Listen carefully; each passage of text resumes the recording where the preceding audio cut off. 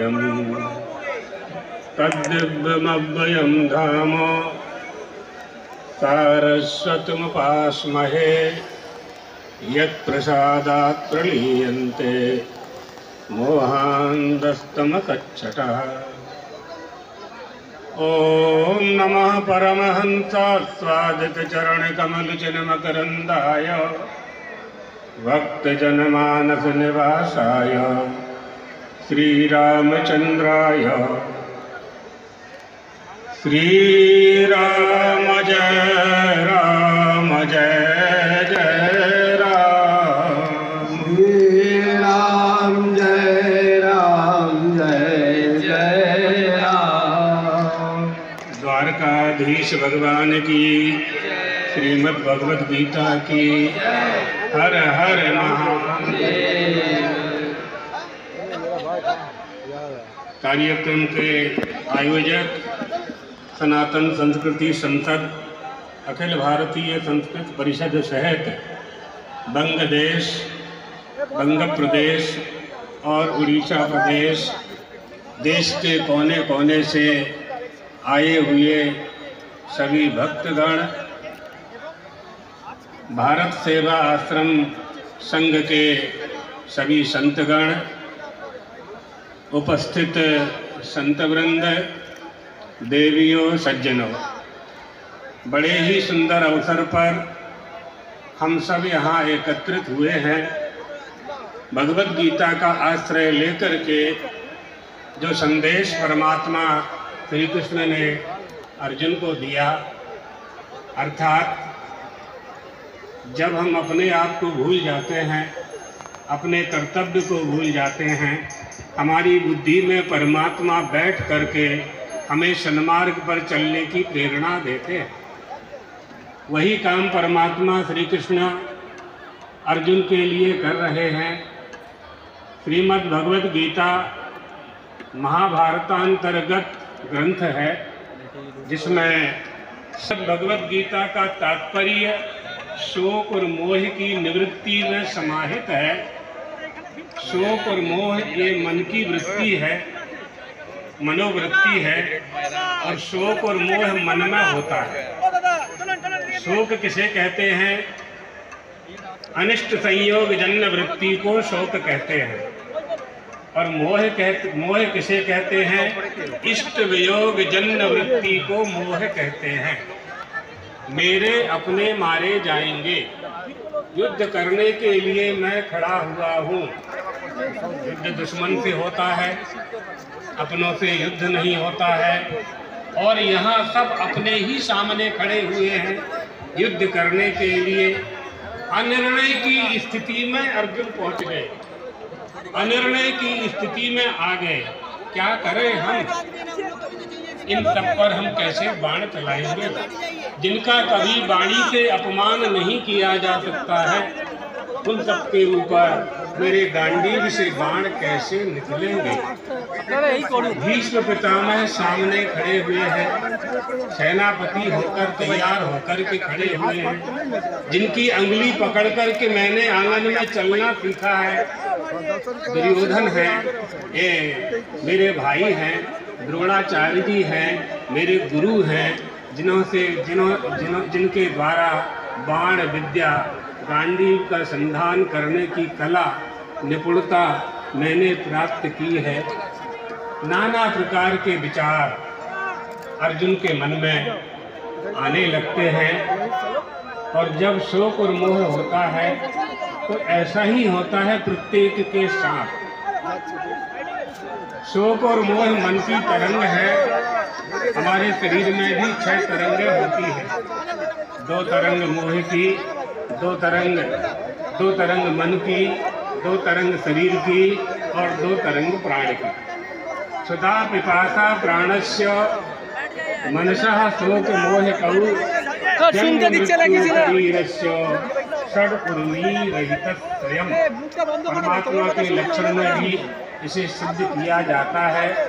उर्मी माने होता है तरंग।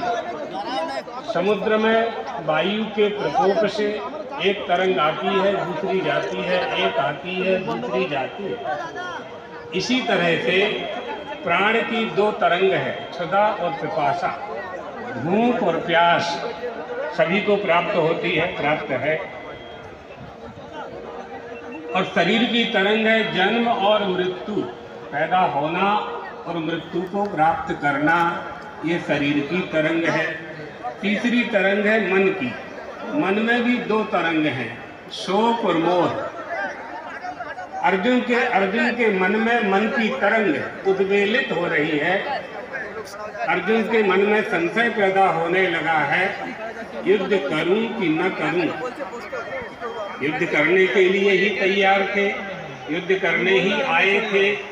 परमात्मा श्री कृष्ण को निमंत्रण देने के लिए द्वारका गए थे।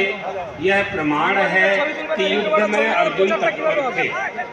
लेकिन युद्ध के समय कुरुक्षेत्र में जैसे ही दोनों सेना के बीच में अपने आप को पाते हैं, परमात्मा श्री कृष्ण को कहते हैं, अर्जुन रथम स्थापय निश्चतो, दोनों सेनाओं के बीच में, सेनयोर भयोर मध्य, दोनों सेनाओं के बीच में रथ को स्थापित करना है।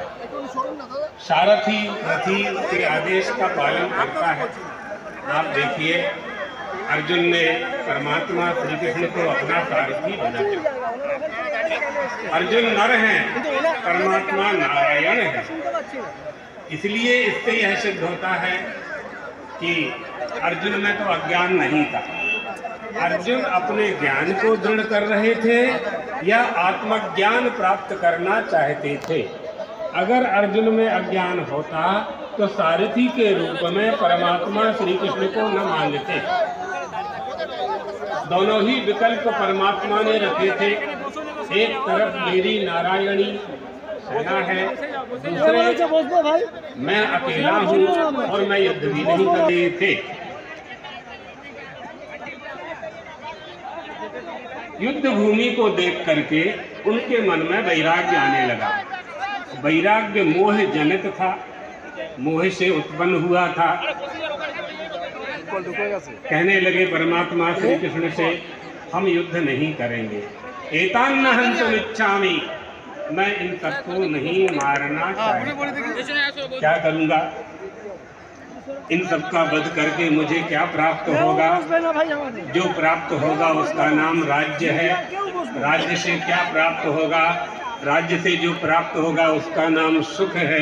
न कांक्षे विजयम कृष्णो न च राज्यम सुखानि च, नहीं चाहिए मुझे, राज्य भी नहीं चाहिए, सुख भी नहीं चाहिए। ऐसा मर्थ है। इन सब के लिए, राज्य की प्राप्ति के लिए अपनों को खो दूं।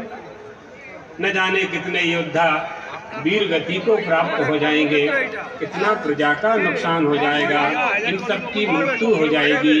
हम शासन किसका? राजा तो प्रजा पर शासन करता है ना।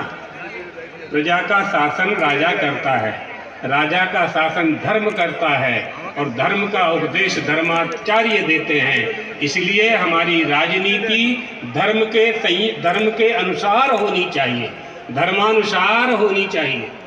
राजनीति में धर्म होता है क्योंकि नीति शब्द धर्म का ही पर्याय है।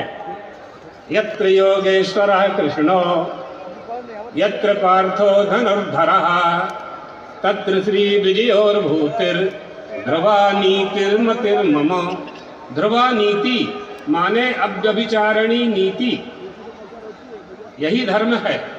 इसलिए राजा राज्य को धर्मानुसार संचालित करे, इसी का नाम राजनीति है।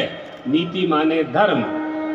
जो राजा अपने देश को, प्रदेश को नीति के अनुसार संचालित करे, वह राजा राजनीति कर रहा है, ये मानना चाहिए।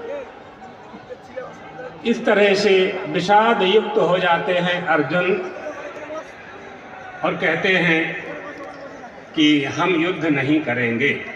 स्वजन वधात् विमुख हो रहे हैं, अपने ही जनों के साथ, परिवार के साथ, गुरुओं के साथ हम युद्ध नहीं कर सकते। तब भगवान ने अर्जुन को गीतोपदेश दिया, गीता का उपदेश दिया। और गीता का उपदेश दे करके कुमतिम आहरत, अर्जुन के मन में जो मोह हो रहा था, जो उनकी मति चंचल हो रही थी, वो सन्मार्ग को छोड़ करके अलग युद्ध का त्याग करना चाहते थे। भगवान ने गीतोपदेश के द्वारा उन्हें अपने कर्तव्य का ज्ञान कराया। अर्जुन, तुम क्षत्रिय हो, क्षत्रिय का कर्तव्य क्या है?